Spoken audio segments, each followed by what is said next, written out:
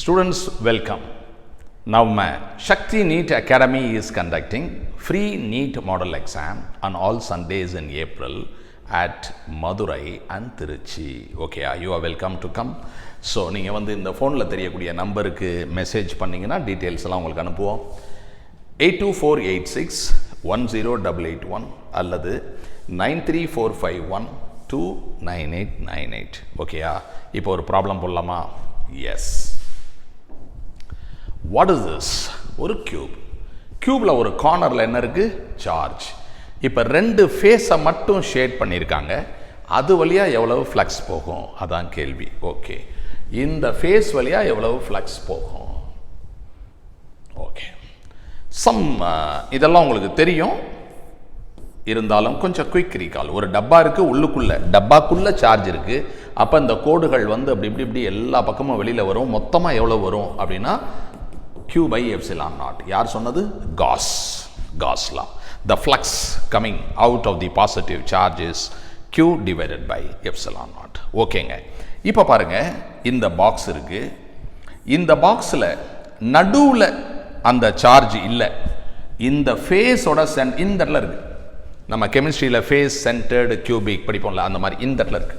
அப்போ சார்ஜ் இந்த இடத்துல இருக்குன்னா நான் என்ன சார் பண்ணுறது அப்படின்னா, நம்ம இன்னொரு டப்பா ஒன்று போடணும். இந்த பாக்ஸுக்கு பக்கத்தில் இன்னொரு பாக்ஸை வைக்கணும். வச்சா இது சென்டருக்கு போயிடும்.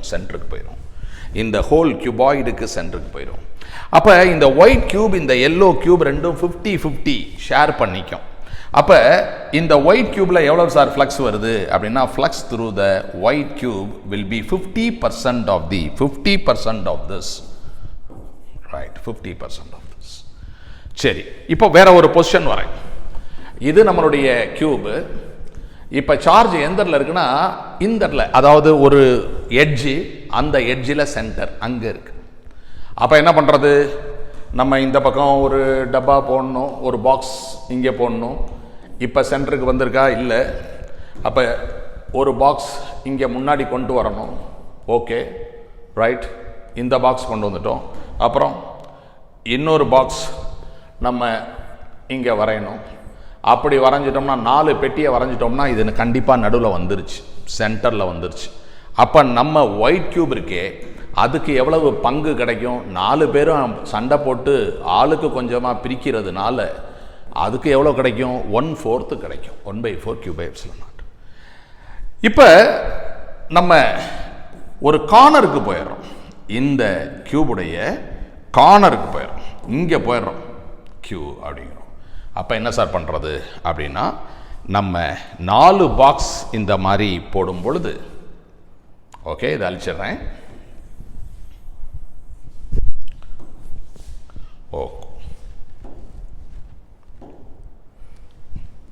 ஓகே, அடுத்த பேஜில் போடுறேன்.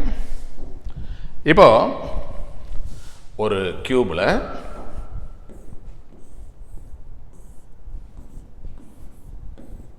சார்ஜ் எங்கே இருக்குது? சார்ஜ் இங்கே இருக்குன்னு வச்சுக்கோ. அப்போ நம்ம இதை சென்டருக்கு கொண்டு வரணும். என்ன பண்ணலாம்? கண்டிப்பாக இன்னொரு கியூப் நம்ம போடணும். ஓகே, போடுறோம். சரி, ஓகே, சென்டருக்கு வந்திருக்குதா? அப்படிலாம் ஒன்றும் கிடையாது, வரல. இப்போ என்ன பண்ணோம்? இன்னொரு கியூப் இந்த ஃப்ளோரில். ஓகே, இந்த ஃப்ளோரில் இன்னொரு கியூப் போட்டாச்சு. இந்த ஃப்ளோர் இப்போ டாப்பில் அது இருக்குது. இப்போ நான் மேலே ஒரு 4 கியூப் போட்டு ஆகணும். அப்போ தான் வந்து இப்போ 4 கியூப் நான் இதுக்கு மேலே போடணும். அப்போ 8 கியூப் போட்ட பிறகு பார்த்தீங்கன்னா இது சென்டருக்கு வந்து சேரும். கரெக்டாக? இன்னொரு கியூப் போட்டோம்னா ஃபுல்லாக இது வந்து சென்டருக்கு வரும். அப்போ இந்த சார்ஜை சென்டரில் கொண்டு வர்றதுக்கு எனக்கு 8 கியூப் தேவைப்படுது. அப்போ டோட்டல் ஃப்ளக்ஸை 8ஆல் டிவைட் பண்ண வேண்டியது இருக்குது. அப்போது ஒரு கியூப் இருக்குது. இந்த கியூபில் ஒரு கார்னரில் ஒரு சார்ஜ் இருந்துச்சுன்னா இதுக்கு எவ்வளோ ஃப்ளக்ஸ் கிடைக்கும்? 1/8 Q by epsilon naught கிடைக்கும். ஓகே, இதுக்கு ஒரு பேர் வச்சுக்கலாமா? டெஃபினெட்லி. இது A, B, C, D, பின்னாடி இருக்கிறது PQRS, அப்படி பேர் வச்சுக்கலாம். இப்போ ஏல தான் இந்த சார்ஜ் இருக்கு. சரியா? சார்ஜ் வந்து ஏல இருக்கு.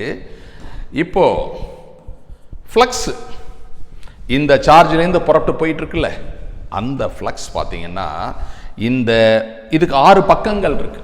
6 பக்கங்கள் இருக்கு.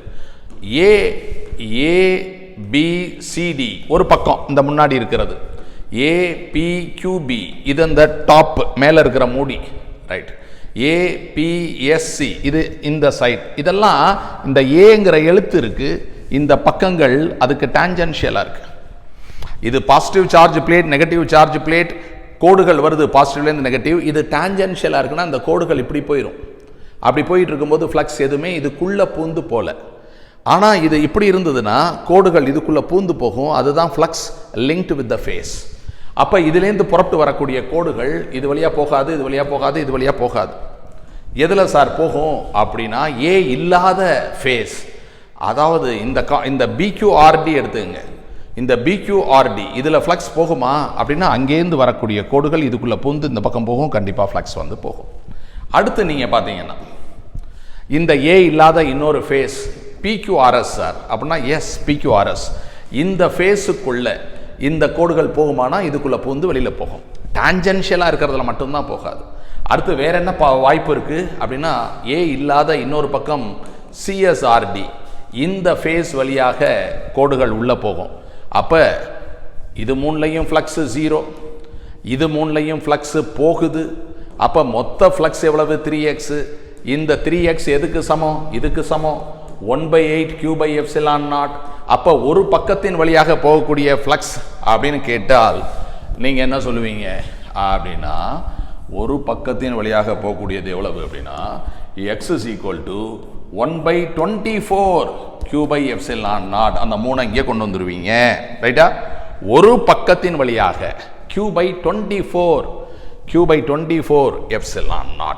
ஓகே, இந்த கணக்கில் 2 பக்கங்கள். ஓகேயா? இப்போ நம்ம என்ன பேசணும்? ஒரே ஒரு பக்கமாக இருந்தால் இந்த ஃப்ளக்ஸ் எக்ஸ்ன்னு போட்டோமே. இப்போ எக்ஸ்ன்னு ஒன்று போட்டோமே, அது என்ன போட்டோம்? எக்ஸுங்கிறது 1/24 Q/ε0. இதுக்கு ஒரு எக்ஸ், இதுக்கு ஒரு எக்ஸ். அப்போ மொத்தம் எவ்வளவு? 2x. அப்போ 2x அதுதான் நமக்கு ஆன்சர். அது எவ்வளவுனா 2ஆல் பெருக்குனா 1/12 Q/ε0. Therefore, the answer to this question is 1/12 Q/ε0. Is it clear to you? So, I'll solve continuously some problems on every day.